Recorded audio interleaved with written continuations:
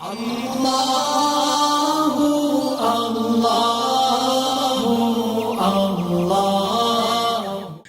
இப்போ லைலத்துல் கத்ரை பற்றி பேசும் பொழுது இப்போ குர்ஆன் ஷரீஃப் இறங்கிய மாதம் அப்படின்னு சொல்கிறாங்க. இப்போ ஸல்லல்லாஹு அலைஹி வஸல்லத்துக்கு 40 வயதில் தன்னுடைய நுபுவத்தை வெளிப்படுத்தி காமிச்சாங்க. அப்போ 40 வயசுலேருந்து 63 வயசு வரைக்கும் இந்த 23 ஆண்டுகளில் குர்ஆன் கொஞ்சம் கொஞ்சமாக இறங்கினது தான் நம்ம வரலாறுகளை கேள்விப்பட்டிருக்கிறோம். ஆனால் அல்லாஹ் குர்ஆனில் சொல்லும் பொழுது இன்னா அன்சல்நாஹு ஃபீ லைலத்துல் கத்ர், நாம் நிச்சயமாக இந்த குர்ஆனை லைலத்துல் கத்ர் இரவில் இறக்கணும் அப்படின்னு சொல்கிறான்.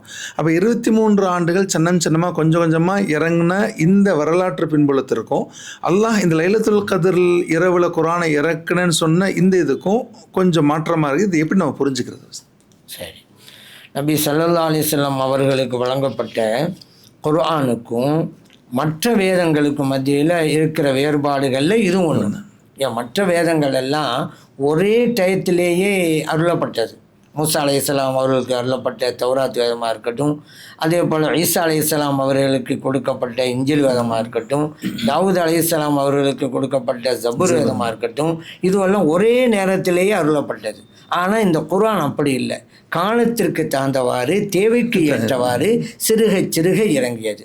இதை கூட அந்த காலத்து மக்களே கேள்வி கேட்டாங்க. அதையும் அல்லாஹ் குர்ஆன் சொல்லி காட்டான். லவ்லா நுஸ்ஸல அலைஹில் குர்ஆன் ஜும்லத்தம் வாஹிதா, ஏன் இவங்களுக்கு குர்ஆன் ஒட்டுமொத்தமாக அருளப்பட்டிருக்க கூடாதா?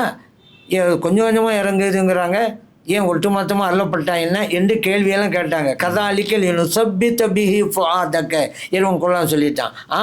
கொஞ்சம் கொஞ்சமாக தான் இறக்குறோம். ஏன் தெரியுமா? நபி அவர்களே, உங்களுடைய உள்ளத்தை உறுதிப்படுத்துவதற்காக நல்லா சொல்லிட்டான். அப்போ இது ஒரு வித்தியாசம்.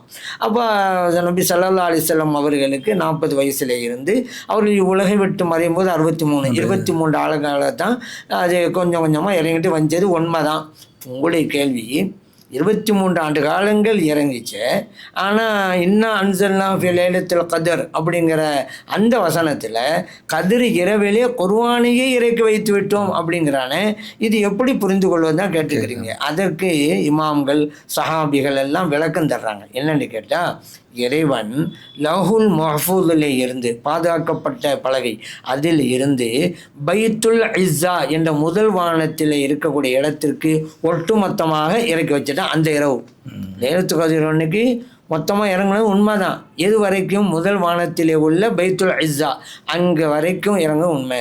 பிறகு அங்கிருந்து தான் சிறுக சிறுக தேவைக்கு ஏற்றவாறு கண்மணி நபி ஸல்லல்லாஹு அலைஹி வஸல்லம் அவர்கள் இறங்கியது. இறங்கின விளக்கத்தை மாமல் முகத்தராங்க. அல்லாஹ்.